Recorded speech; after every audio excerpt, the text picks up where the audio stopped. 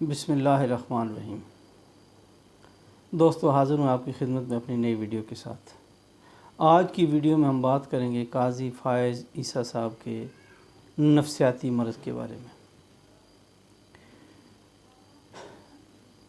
ان کو ایک مرض لاحق ہو گیا جس کو نفسیاتی مریض کہتے ہیں، اور اس کو میں چونکہ نفسیات کا ڈاکٹر تو ہوں نہیں، تھوڑی بہت نفسیات کو میں جانتا ہوں۔ جب انسان کا ذہن کسی ایک جگہ پہ لاک ہو جاتا ہے، اس کو سمجھ نہیں آتی کہ وہ اس کے سائیڈ ایفیکٹس کیا ہوتے ہیں۔ ہمیشہ وکیل کیوں کیا جاتا ہے؟ کیونکہ جو پارٹی خود ہوتی ہے اس کے ذہن میں ایک ویسٹڈ انٹرسٹ ہوتا ہے، اس کے ذہن میں ایک ٹپیکل وہ ہوتا ہے جسے کہتے ہیں نقصان ہو چکا ہوتا ہے، وہ بس اس اینیمیٹی کے اس چکر میں ہوتا ہے۔ اگر دشمنی ہے، اگر کوئی اس کے ذہن میں ایک مسئلہ ہے تو وہ اس پہ لاک کان ہوا ہوتا ہے۔ وہ جو بھی بیان کرتا ہے، وکیل کے ذہن میں چونکہ ساری ونڈوز اوپن ہوتی ہیں، لہٰذا وہ سب دیکھ کے تو اس کی پلیڈنگ کو لکھتا ہے۔ قاضی فائز عیسیٰ صاحب کے پاس چونکہ اخلاقی طور پہ اب کوئی جواز نہیں رہا اپنی سروس کو کنٹینیو کرنے کا، نہ ہی انہوں نے مانیٹر دی، اور یہ معاملہ میڈیا میں اتنا اچھلا، اتنی اس پہ باتیں ہوئیں کہ بندے کو بس اب میں کیا کہوں۔ لیکن وہ چونکہ کنٹینیو کر رہے ہیں، وہ ایڈمنٹ ہیں کہ جی نہیں، آئی ایم رائٹ۔ اس کو نفسیات کی زبان میں کہتے ہیں آئی ایم رائٹ سنڈروم، کہ میں ٹھیک ہوں، میں صحیح ہوں۔ بس یہ ایک نفسیاتی پرابلم ان کو ہو گیا ہے۔ اب اس کی مثال میں آپ کو دیتا ہوں۔ ہمارے نیوی کے ایک افسر تھے، جب ان کو ایکسٹینشن نہیں ملی، یعنی سروس ان کی ایکسٹینڈ نہیں ہوئی، سال ایکسٹینڈ ہوتی ہے نا ٹل ایج لمٹ، ان کے کمپیٹیٹر تھے، ان کو سروس ایکسٹینڈ ہو گئی، ان کی نہیں ہوئی۔ اب بھلے وقتوں میں جب یہ نیوی میں تھے، ایز اے کموڈور تھے، تو وہ سیکٹری نیوی بورڈ بھی تھے۔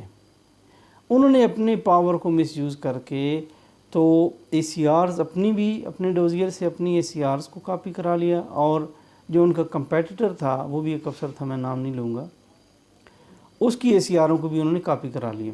یہ کاپی کرا کے انہوں نے اپنے پاس رکھ لی۔ چلتے رہے، جب ان کو ایکسٹینشن نہیں ملی، یعنی جنہوں نے کاپی کروا لی تھی ان کو ایکسٹینشن نہیں ملی اور اس کو مل گئی ان کے کمپیٹیٹر کو، تو انہوں نے رٹ دائر کر دی کہ دیکھیں جناب، میری اے سی آریں اتنی اچھی ہیں، ان کی اے سی آریں وہ بھی بری نہیں ہیں، لیکن میری اے سی آریں ان سے اچھی ہیں، لیکن مجھے نیول ہیڈ کوارٹر نے ایکسٹینشن نہیں دی، اس کو ایکسٹینشن دے دی۔ اب وہ جو وکیل صاحب تھے ان کو اس بات کا پتہ نہیں تھا، انہوں نے بھی جس طرح انہوں نے کہا اس ذہن کے اس پریشر میں انہوں نے لکھ دیا ایسی پلیڈنگ، اس کے بعد اے سی آروں کی کاپیاں ساتھ لگا دی۔ اینول کانفیڈینشیل رپورٹ اس کو کہتے تھے، اب تو ایویلیویشن رپورٹ کہتے ہیں۔ اس کے اوپر لکھا ہوتا ہے کانفیڈینشیل، نیچے بھی لکھا ہوتا ہے کانفیڈینشیل۔ انہوں نے پلیڈنگ کر دی، وہ ریٹ میں آ گئے، نوٹس چلا گیا۔ اب وہاں پر NHQ جو جیک ڈپارٹمنٹ تھا، دے پلیڈ ویری اسمارٹ۔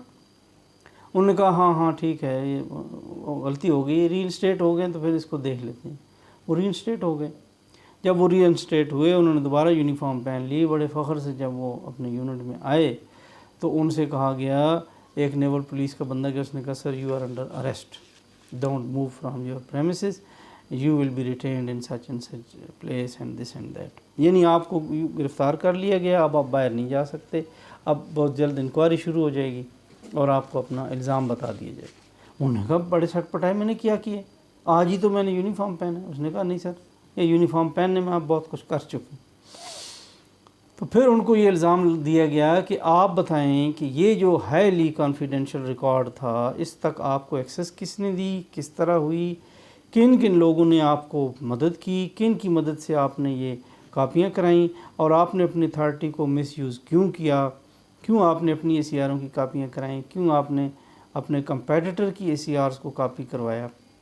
اب جب یہ چیز ان کے سامنے آئی تو اس الزام کا ان کے پاس کوئی دفاع نہیں تھا، سوائے اس کے کہ مجھ سے بہت بڑی غلطی ہوئی۔ یہ ہوتا ہے جناب، قاضی فائز عیسیٰ صاحب چونکہ منی ٹریل نہیں دے سکے اور وہ ایڈمنٹ ہیں کہ جی آئی ایم رائٹ، اس کے بعد انہوں نے سو موتو لیا، پھر سو موتو لے لیا۔ اب یہ جو کچھ کر رہے ہیں نا، یہ ٹینٹرمز ہیں، نفسیات کی زبان میں اس کو ٹینٹرمز کہتے ہیں۔ جیسے ایک بچہ کرکٹ کھیل رہا تھا، ایک